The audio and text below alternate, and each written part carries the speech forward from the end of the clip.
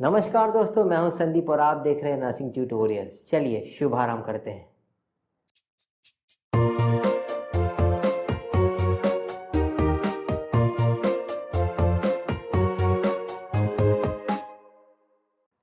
दोस्तों, आज हम लोग डील करते हैं कुछ नए एमसीक्यूज।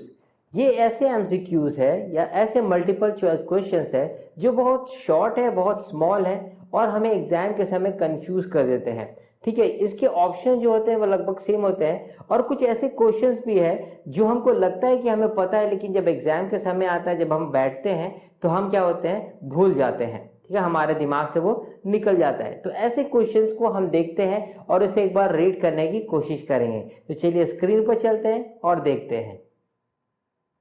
दोस्तों, जैसे कि हम लोग स्क्रीन पर आ गए हैं, लेकिन स्क्रीन पर जाने से पहले मैं आप सबको हार्टली थैंक यू कहना चाहता हूं कि आप सबके कारण ही मेरे 1000 सब्सक्राइबर से ज्यादा हो गए हैं। तो मैं आपसे रिक्वेस्ट करता हूं, प्लीज मेरे चैनल को सपोर्ट करिए और ज्यादा से ज्यादा शेयर करिए, क्योंकि ये चैनल आपके लिए है और आपके बेनिफिशियल के लिए है।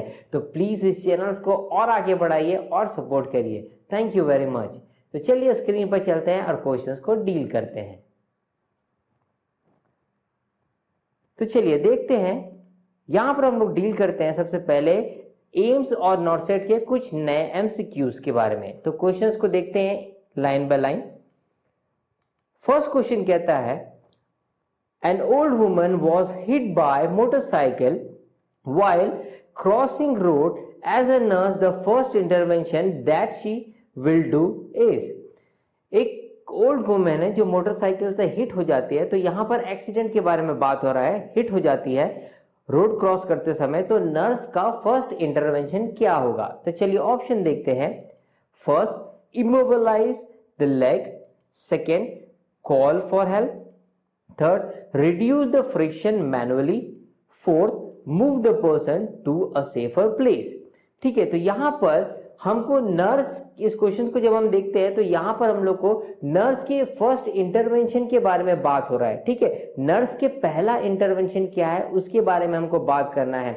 एक नॉर्मल पर्सन, एक जो प्रोफेशनल नर्स नहीं है, ऐसे पर्सन के बारे में बात नहीं हो रही है। यहां पर नर्स एज अ प्रोफेशन की बात हो रही है कि उसका फर्स्ट इंटरवेंशन क्या होगा। अगर एक नॉर्मल पर्सन है तो वो क्या करेगा, उसके लिए क्या होगा, वो कॉल फॉर हेल्प करेगा। लेकिन यहां पर नर्स के फर्स्ट इंटरवेंशन के बारे में बात हो रही है। तो यहां पर चलिए देखते हैं इसका आंसर क्या होगा। इसका आंसर है move the person to the safer place. ठीक है, तो नर्स का जो सबसे पहला प्रायोरिटी ये होगा कि उसे इस ऑप्शंस के हिसाब से कि नर्स को क्या करेंगे, पेशेंट्स को क्या करेंगे, एक सेफर प्लेस पर लेकर जाएंगे ताकि हम इसके लिए और कुछ बेहतर काम को कर सके। उसके लिए पहले हमको एक सेफ प्लेस पर इसे क्या होगा, ले जाना पड़ेगा। ओके, तो ये है फर्स्ट का आंसर। तो चलिए सेकंड क्वेश्चन को देखते हैं और डील करते हैं। सेकंड क्वेश्चन कहता है, the basic unit of life is. ये क्वेश्चन जो है वो बेसिकली बहुत बार आता है एग्जाम में और ये हमें कंफ्यूज कर देता है। यहां पर बेसिक यूनिट ऑफ लाइफ पूछ रहा है, मतलब लाइफ का बेसिक यूनिट क्या है। चलिए यहां पर बात करते हैं ऑप्शंस की। तो सबसे पहला है this call atoms. Third this call, second this call water. Third this call the cell and fourth this call the chemical level of organization. तो इसका आंसर देखते हैं। जनरली जैसे मैं पढ़ा हूं तो वहां पर कहते हैं cell is a basic unit of life. Cell जो होता है, जो पूरी चीजों को फॉर्म करता है, हमारे पूरे बॉडी को फॉर्म करता है, शायद वही होगा इस हमारे लाइफ के बेसिक यूनिट। तो चलिए देखते हैं इसका आंसर क्या है। Yes, cell is the right answer, क्योंकि सेल जो होता है वो हमारे पूरे बॉडी को फॉर्म करता है, इसीलिए सेल जो है वो क्या है, बेसिक यूनिट ऑफ लाइफ है। चलिए क्वेश्चन नंबर थर्ड देखते हैं। क्वेश्चन नंबर थर्ड कहता है, which of the following is not a feature of life. जो लाइफ का फीचर नहीं है उसके बारे में बात करते हैं। चलिए पहला ऑप्शन है this call growth. Second option this call responsiveness. Third this call reproduction. Fourth this call organ system. ठीक है, तो ग्रोथ जो है वो बेसिकली लाइफ का एक सपोर्ट है। ठीक है, वो तो फीचर्स है ही। रेस्पॉन्सिवनेस मैं कंफ्यूज हूँ और ऑर्गन सिस्टम में मैं कंफ्यूज हूँ, क्योंकि रिप्रोडक्शन भी क्या है आपके फीचर है लाइफ का, तो मैं दोनों में कंफ्यूज हूँ। क्योंकि रेस्पॉन्सिवनेस है बेसिकली वो माइंड की कैटेगरी में आ जाता है, और ऑर्गन सिस्टम जो है वो हमारे सिस्टम में आ जाता है। तो चलिए देखते हैं इसका आंसर क्या है। यस, तो यहां पर आंसर जो है वो दिस कॉल ऑर्गन सिस्टम है। ऑर्गन सिस्टम हमारे लाइफ का फीचर नहीं है, ठीक है। तो ऑर्गन सिस्टम जो है हमारे लाइफ का फीचर नहीं है, not a feature of life, ठीक है। चलिए नेक्स्ट देखते हैं क्वेश्चन नंबर 4। यहां पर फिल इन द ब्लैंक्स है। The elbow is dash to the wrist, the elbow is dash to the wrist. तो इस ऑप्शन में हमको भरना है, तो क्या है चलिए देखते हैं। First distal, second lateral, third ventral and fourth this call proximal, ठीक है। तो यहां पर हम लोग को बताना है कि इन चारों में से कौन सा ऑप्शन आएगा। चलिए आंसर को देखते हैं। So the answer is proximal, the elbow is proximal to the wrist, the elbow is proximal to the wrist। Okay चलिए ठीक है। क्वेश्चन नंबर 5 को देखते हैं। क्वेश्चन नंबर 5 है the heart is dash to lungs, मतलब हार्ट कहां पर सिचुएटेड है लंग्स के, ये देखते हैं। सुपीरियर में है, डोर्सल में है, मीडियल में है या फिर लैटरल में है, ठीक है। तो लंग्स की मे बी पॉसिबिलिटी है मीडियल में ये होगा, बीच में होगा। तो चलिए देखते हैं इसका आंसर क्या है। Yes, it is a right answer. Heart is medial to the lungs, heart is medial to the lungs. Okay चलिए ठीक है, नेक्स्ट क्वेश्चन देखते हैं। क्वेश्चन नंबर 6 कहता है what is the function of serous membrane. Serous membrane हमारे body में होता है, तो उसका फंक्शन क्या है वो देखना पड़ेगा हमको, ठीक है। वो देखते हैं क्या है, ऑप्शंस को देखते हैं। First, to prevent fluid loss from an organ, second to reduce friction between internal organ, to circulate blood around the organ, and fourth to conserve heat within the organ, ठीक है। to prevent fluid loss, fluid loss से बचाने के लिए serous membrane काम करता है। reduce friction between internal organ, internal organ में फ्रिक्शन से बचाने के लिए, रिड्यूस को फ्रिक्शन को कम करने के लिए काम करता है, या ब्लड सर्कुलेट करने के लिए काम करता है हमारे बॉडी में, या तो हीट को कंजर्व करने के लिए काम करता है, ठीक है।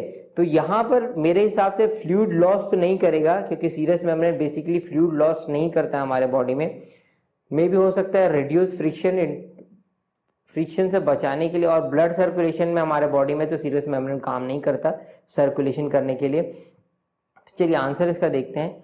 तो बेसिकली इसका आंसर है to reduce friction between internal organ, मतलब इंटरनल ऑर्गन में फ्रिक्शन को रिड्यूस करने के लिए क्या करता है सीरस मेम्ब्रेन। अगर मान लीजिए सीरस मेम्ब्रेन नहीं होगा तो सारे ऑर्गन क्या होंगे, फ्रिक्शन होंगे, और फ्रिक्शन होने के कारण हो सकता है इंजुरी हो जाए, तो उससे उसको रिड्यूस करता है, फ्रिक्शन को रिड्यूस करता है हमारे इंटरनल ऑर्गन में, ठीक है। ओके चलिए नेक्स्ट देखते हैं। तो नेक्स्ट क्वेश्चन नंबर 7 क्या कहता है। क्वेश्चन नंबर 7 है histology is the study of, ठीक है। तो ये बेसिकली बहुत शॉर्ट क्वेश्चंस है, बहुत छोटे छोटे क्वेश्चंस है, जिसको जनरली हमको लगता है कि एग्जाम में नहीं आएंगे, लेकिन यही क्वेश्चंस आते हैं, ठीक है। बेसिकली देखिए आपके 100% में 30% क्वेश्चंस ऐसे होते हैं जो शॉर्ट होते हैं, और हमको लगता है कि वो आते हैं, लेकिन एग्जाम के समय हम लोग जब बैठते हैं क्वेश्चंस को पढ़ते हैं तो हमको वो कंफ्यूज कर देते हैं। तो ऐसे क्वेश्चन ही जो है वो आपके एग्जाम में आते हैं। तो हिस्टोलॉजी क्या है, क्या का स्टडी है, देखते हैं। First cell and cell membrane, second this called skin, third this called organ and organ system, and fourth this called tissues, ठीक है। तो इसमें बेसिकली मेरे को लगता है स्किन से रिलेटेड नहीं हो सकता, सेल से भी नहीं हो सकता हिस्टोलॉजी, देखते हैं क्या है। Okay so answer is histology is the study of tissues. Tissues के जब हम स्टडी करते हैं तो उसे हम क्या कहते हैं, हिस्टोलॉजी। टिश्यू का जब भी हम स्टडी करेंगे या टिश्यू का जब भी स्टडी होता है उसे हम लोग कहते हैं हिस्टोलॉजी, ठीक है। चलिए क्वेश्चन नंबर 8 देखते हैं। क्वेश्चन नंबर 8 कहता है which of the following involve the injection of radio isotopes into the body, ठीक है। क्या चीज रेडियो आइसोटॉप्स में इन्वॉल्व होते हैं हमारे बॉडी के लिए, हमारे बॉडी में, ठीक है। तो फर्स्ट देखते हैं option, this called radiography, second this called PET, third this called CT imaging, fourth this called MRI. CT और एमआरआई तो कैंसिल ही हो गया, रेडियोग्राफी बेबी पॉसिबिलिटी है कि हो सकता है। चलिए, क्योंकि रेडियो आइसोटॉप्स के बारे में बात हो रहा है तो यहां पर देखते हैं इसका आंसर क्या है। यहां पर दोनों में से क्वेश्चन नंबर ए भी हो सकता है और बी भी हो सकता है, ठीक है। सीटी और एमआरआई नहीं हो सकता, ठीक है। चलिए देखते हैं क्या है।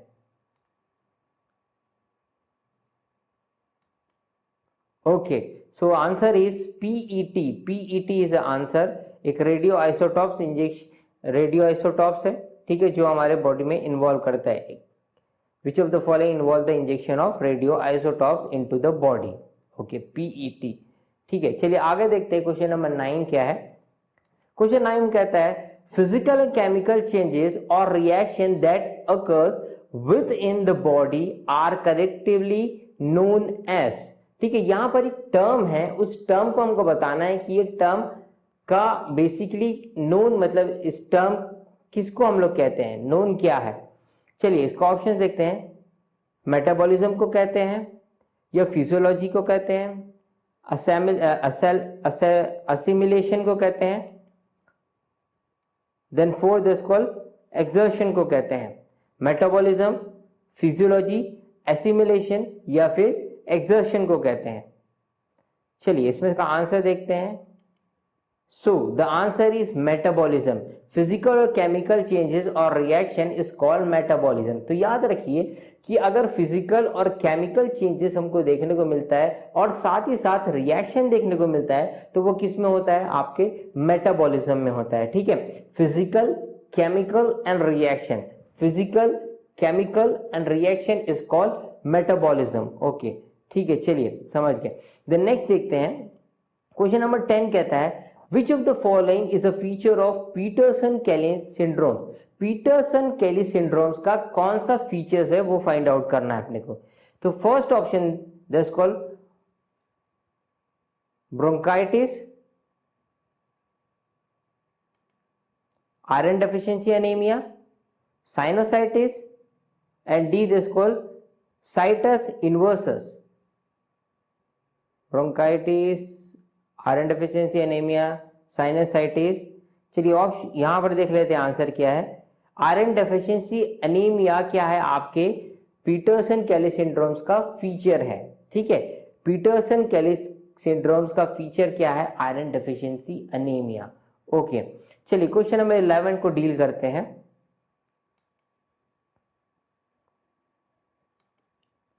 क्वेश्चन 11 कहता है, ठीक है। क्वेश्चन में जाने से पहले मैं बहुत जल्दी आपको ये बता रहा हूं, उसको ज्यादा डिटेल में आपको नहीं समझा रहा, ठीक है, क्योंकि आप ये क्वेश्चंस को पढ़िए, समझिए और अंडरस्टैंड करिए कि ऐसे जो क्वेश्चंस होते हैं शॉर्ट ये आपके एग्जाम में आते हैं और यही सारे क्वेश्चंस आपको कंफ्यूज करते हैं और यही सारे क्वेश्चंस आपको माइनस मार्किंग देते हैं, ठीक है। तो इन सारे क्वेश्चंस को भी पढ़िएगा।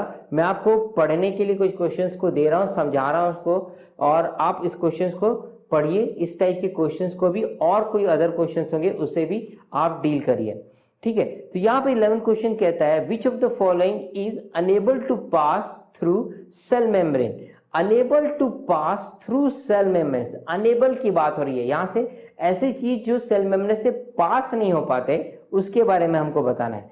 तो first this called water, second this called alcohol, third this called ion and fourth this called gases. यहाँ बेसिकली इसका आंसर आयन से होगा क्योंकि आयन बेसिकली आपके सेल मेम्ब्रेन से क्रॉस नहीं होता, ठीक है।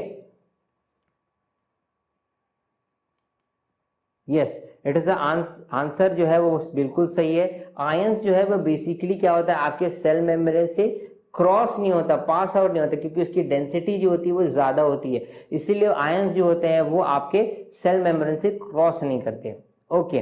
चलिए क्वेश्चन नंबर 12 कहता है glycolysis occur in the dash of cell. Glycolysis occur in the dash of cell, वहां पर हमको भरना है। This called mitochondria, nucleus, cytoplasm, और डीएनए। ग्लाइकोलाइसिस कहां पर होता है सेल में, ये हम लोग देखते हैं। बेसिकली माइटोकॉन्ड्रिया में नहीं होता जहां तक मुझे पता है। चलिए आंसर देख लेते हैं। Yes, the answer is cytoplasm. तो आपका ग्लाइकोलाइसिस है वो बेसिकली आपके साइटोप्लाज्म में होता है। Glycolysis cytoplasm, GLY, glyco and CY। तो अगर आपको याद रखना है तो याद रख ली, उसमें भी Y है और इसमें भी Y है। एक जनरली याद करने के लिए मैं आपको बता रहा हूँ, ग्लाइकोलाइसिस में भी Y है और साइटोप्लाज्म में भी Y है। तो आप इस तरीके से आंसर को याद कर सकते हैं और समझ सकते हैं। ठीक है, तो glycolysis occur in the cytoplasm of cell. ठीक है, चलिए क्वेश्चन नंबर 13 को देखते हैं, सॉरी।